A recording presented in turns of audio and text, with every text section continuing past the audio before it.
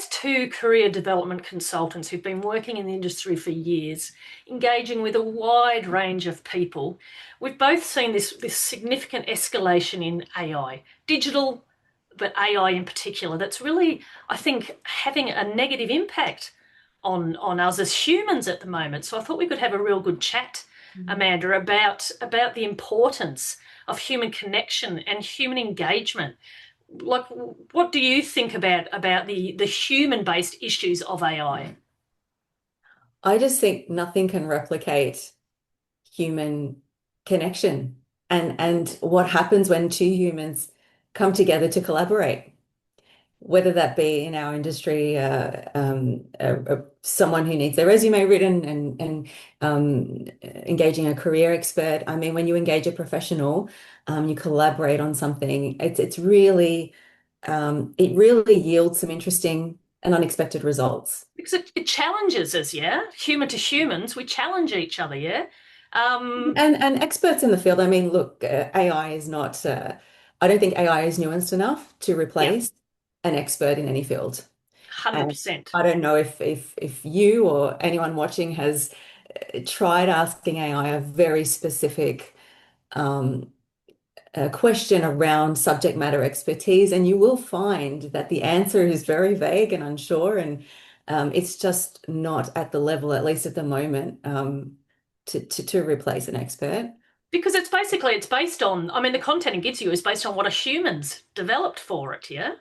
Right. And what's out there, Yeah, in public yeah, domain.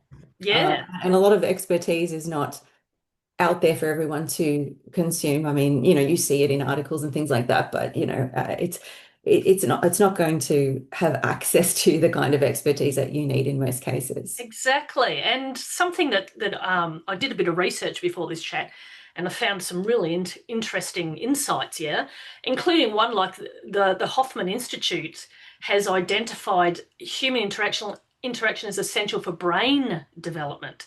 And this is backed up by neuroscientists who say that humans and their brains and minds are shaped via continuous interaction with other people. Yeah?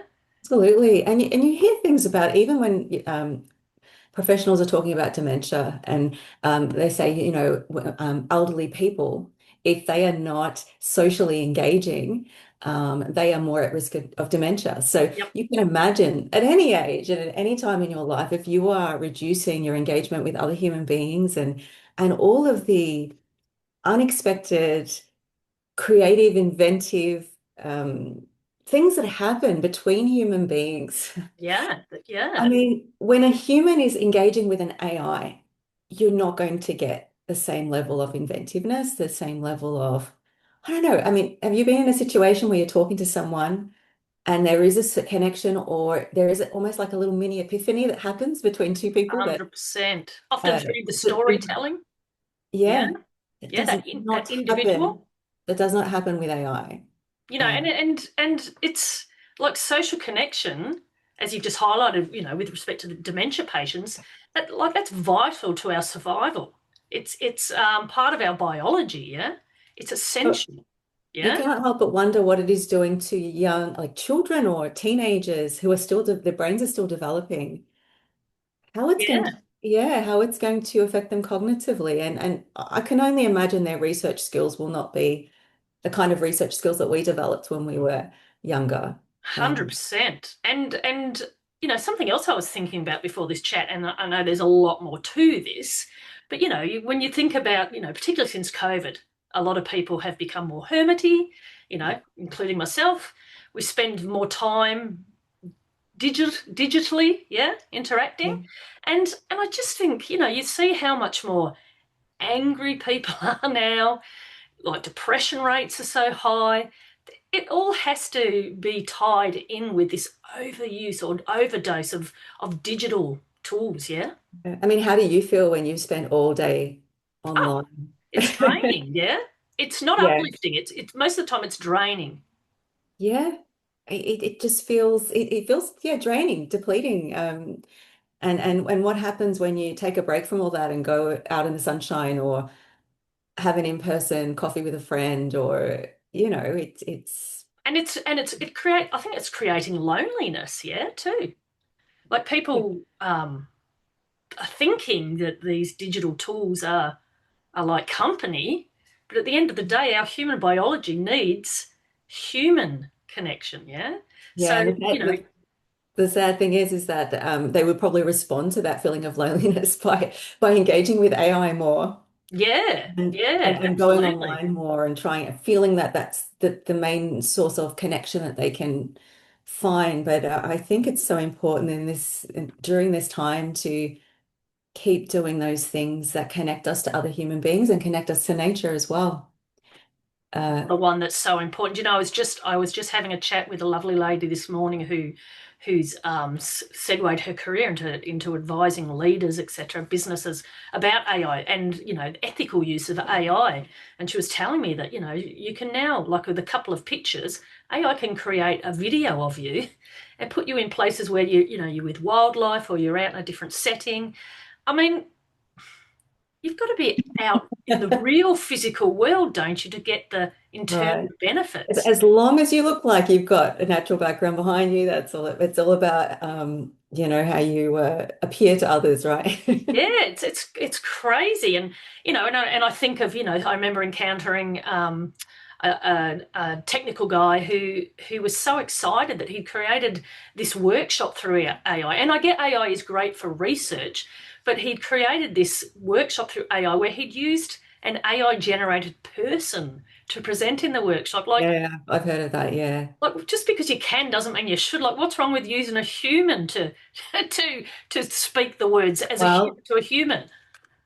this person probably doesn't want to appear on camera and doesn't want to spend the money on paying somebody to. Okay, But, that brings up something else in that, and not necessarily in respect to that, but there's that idea that you know what's the cheaper and the quickest way of doing something is not necessarily the most quality way of doing something. And if we want to talk about the careers industry, um, having AI write your resume for you, right? I mean, it's quicker. It'll probably save you money, but it's probably the most unoriginal way. And as recruiters are confirming. right, it's the less you're going to get less quality. You're going to Yep. get less and so what is it worth it? Is it worth the money you save? Is it worth the time you save when the product at the end is pretty boring? And also, I saw a post you did recently about how many job applications recruiters are receiving a single job, Yeah. get hundreds and hundreds of resumes. Yep. The only way to stand out in that pile is to not use AI. Exactly. Exactly.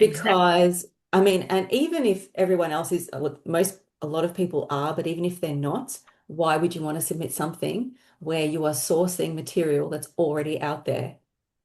That's Or right, because they're all you using have the same information. AI tools, and it's going to create the same content, yeah, based Yeah. on that position description or job ad.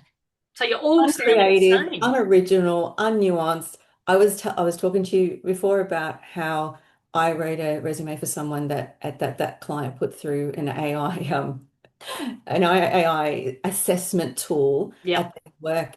And actually, when I read the assessment, I was just like, oh, actually, I don't agree with a few of these things. Pushed back. One Yeah. of the examples I gave you was AI suggesting that I should include technical skills or digital tools in a key skills section for a client who was a senior management client. Yep. And anyone in the career sector knows that, including technical digital, tools that you're proficient in key skills is something for early career. Definitely not for leadership. Yeah. Not for leadership, it's less relevant. It's just not what Absolutely. a recruiter is looking for. And so AI could not give a nuanced response Yeah. that Couldn't adjusts. differentiate. Yeah. Yeah. And so that's very clear to me that AI is just not going to do the job properly for you. And if we Um, also think about, and we've both worked with a lot of different clients, and sometimes there's challenging clients as well, but quite often you leave clients feeling so excited and confident about their capabilities after thrashing out their career with them. and the Yeah. clients feel excited and Yeah, feel like that's what they're I being mean. They're taken care feeling of. excited after that human to human engagement, talking about them and their career, where you're helping them to identify things I'd never thought of, yeah, like new skills, new achievements. Yeah, I would really love to do a side by side of you or I doing that with a client and then put an AI in its place and see the Yeah, difference. yeah, yeah, yeah. Love to do that as an experiment. Absolutely. And harking back to the loneliness factor, yeah, like like this digital usage overusage creating loneliness, like the job seeking process, you're going to feel a lot more lonely if you're just using AI rather Yeah, than engaging with a person. Like, we support our clients after we've produced the resume. They're always, like yeah, I quite often have them get back in touch with me about how should I tweak the resume for this job application. The recruiter said this, what do you think? And AI yeah. is not going to really help you with that. No, no, and we both know that it's almost an anxiety-inducing kind of thing to be applying for jobs in this market at the moment. Yes, The support is part of what is offered, yes, and the support exactly. from somebody who has worked with a lot of Yeah. And clients. you feel like you've got another person in your corner, yeah? Yeah, yeah. And we've worked with people who've just been made redundant, and they are especially kind of vulnerable Very during. vulnerable. Yeah. Yeah, And totally could agree. you imagine how isolating it would be, how further isolating it would be if they decided to use an AI instead of a career practitioner? Yeah, yeah. Like we need that human inspiration and motivation, yeah. Yeah, Um, And something else that I shared recently in a post from an article was, the fact that we also need to factor in that, it's the tech bros pushing, like AI is really being pushed on us at the moment, isn't it? Like it's yeah. everywhere. It's everywhere that people feel like they should be part of it, but who says we should be Ah. part of it? Yeah, Yeah, I think a lot of people feel like they'll be left behind if they yeah, don't adopt it, yeah. There's but they're not pressure. giving consideration to the fact that the work and the results will not be as good. It's like, Yeah, well, I want to be, look, it depends what industry you're in and how you're using it, and there's so many,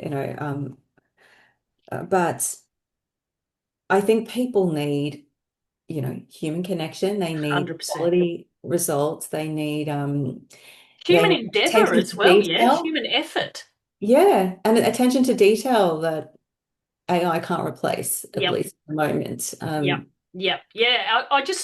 I mean, I'm predicting there'll be a pushback. Whether it's at the Yeah, moment, I think it's starting to happen mm, subconsciously, perhaps, like people pushing back. When I see statistics about, a lot of consumers now want to feel an emotional connection to a brand.